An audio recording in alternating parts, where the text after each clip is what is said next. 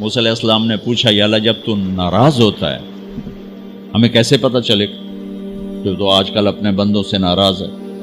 تو اللہ تعالیٰ نے فرمایا جب میں ناراض ہوتا ہوں حکومت بے وقوفوں کو دیتا ہوں، اجعل الملک فی صفہائہم، حکومت بے وقوفوں کو دیتا ہوں، والمال فی بخلائہم، اور پیسہ بخیلوں کو دیتا ہوں جو ذرا گن گن کے خوش ہوتے رہیں،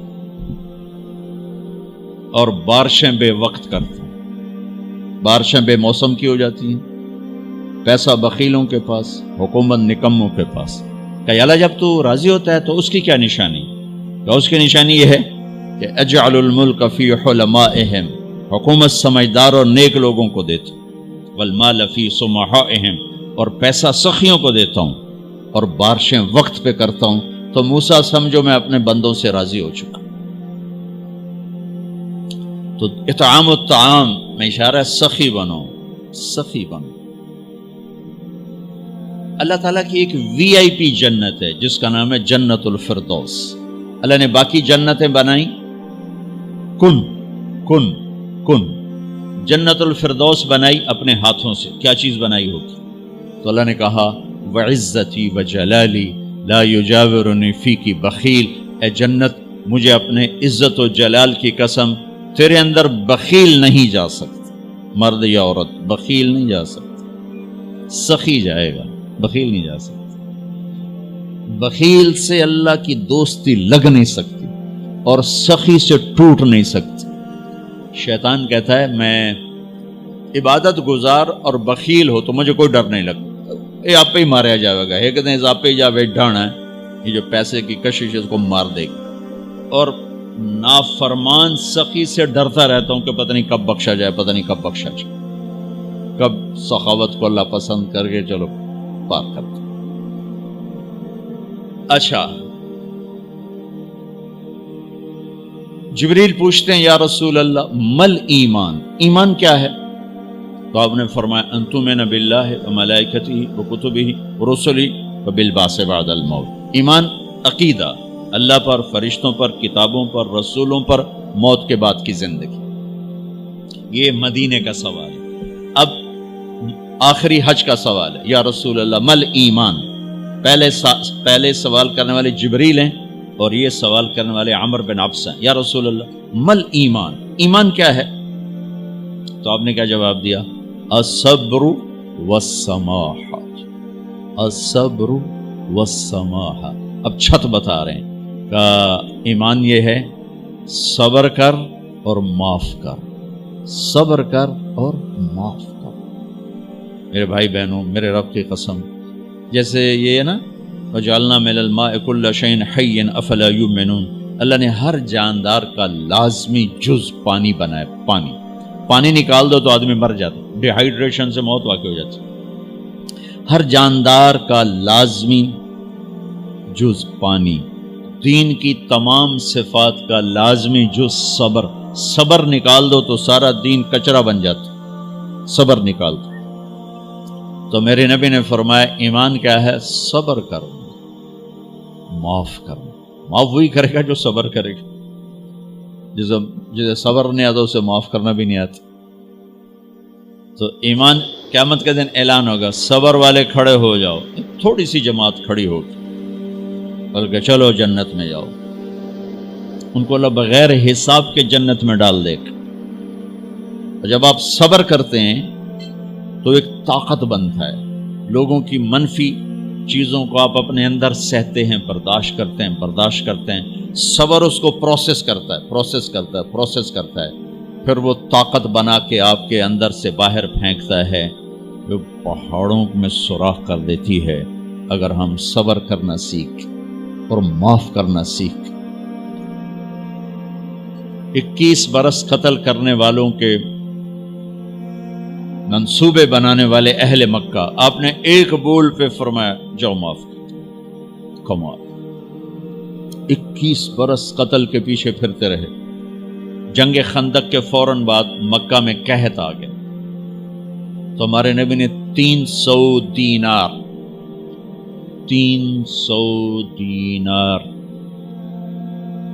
کوئی 10-15 لاکھ روپیہ بنتا ہے، آپ نے مکے میں ابو سفیان کو بھجوایا جو جنگ خندق کا سالار بن کے آیا تھا. آپ نے کہا مکے والوں میں کہتا ہے ان کو کھانے کھلاؤ میری طرف سے.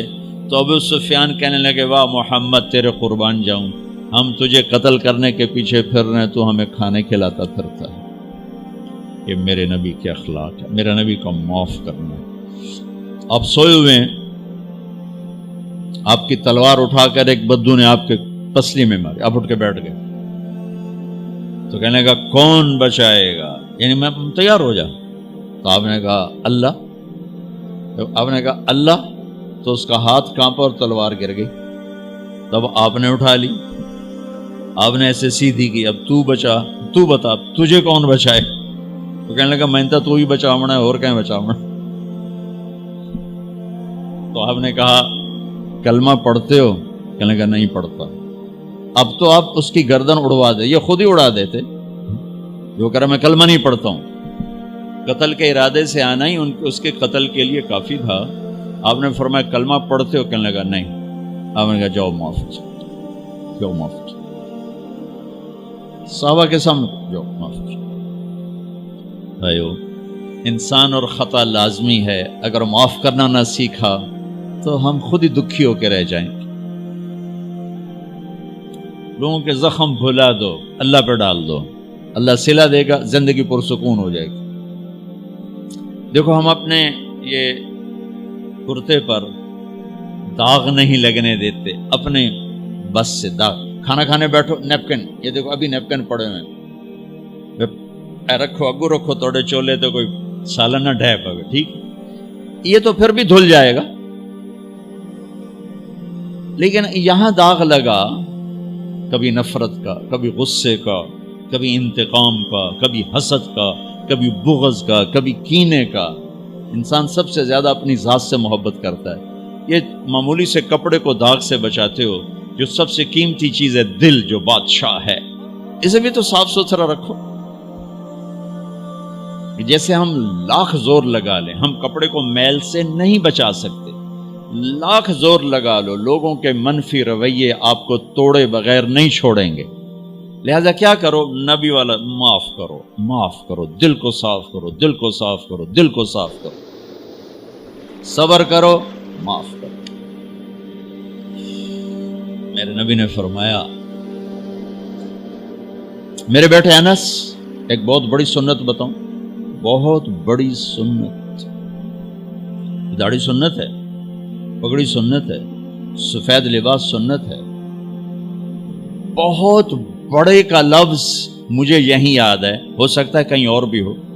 میرے بیٹے انس، ایک بہت بڑی سنت، اگر تو یہ سنت پہ عمل کر گیا تو جنت میں میرا ساتھی ہو جائے گا. جو بھی کر لے، جو بھی، وہ جنت میں میرا ساتھی ہو جائے گا.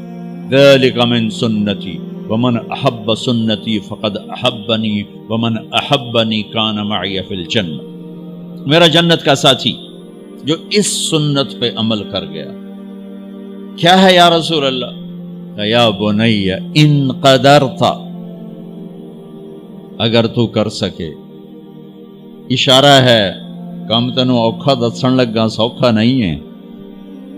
ان قدرت، اگر تو کر سکے. ان استطاعت، دو لفظات کہ بیٹے کام اوکھا ہے، لیکن دیکھو تمہیں ملے گا کیا؟ جنت نہیں، جنت میں نبی کا پڑوس ملے گا. ایڈا وڈا کام تیرا نا، دیکھو نا 4-5 لاکھ نالتا ایتھے ہن ایک گز نہیں لبدا، تے کوئی بندہ بوجھ پا کے آ جائے لاکھ روپے دا 2000 گز دا بنگلہ لے دیو تو اکثر پاگل خانے گلو ہیں.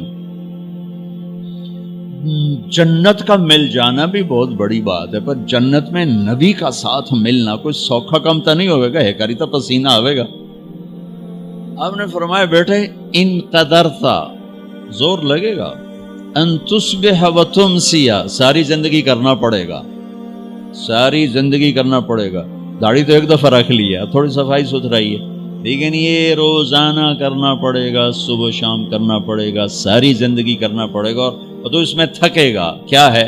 وَلَيْسَ فِي قَلْبِكَ غِشٌّ لِأَحَدٍ فَافْعَلْ، صبح و شام اس دل میں کسی کی نفرت نہ آنے دینا، کسی کے لیے بغض نہ آنے دینا، کسی کا کھوٹ نہ آنے دینا، کسی سے کینہ، غش، سارے الفاظ کو اپنے اندر سمیٹے ہوئے.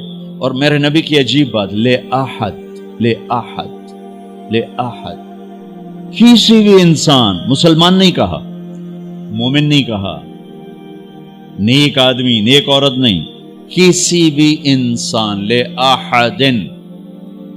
آج لے احد 7 ارب انسانوں پہ بولا جا رہا ہے. میرے نبی فرما رہے ہیں میرے بیٹے، دنیا کے تمام انسانوں سے دل صاف رکھنا.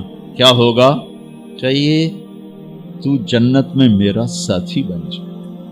تو بھائیو بہنوں، ایمان کو مکمل کرنا ہے تو صبر کرنا سیکھو، معاف کرنا سیکھو، چپ رہنا سیکھو.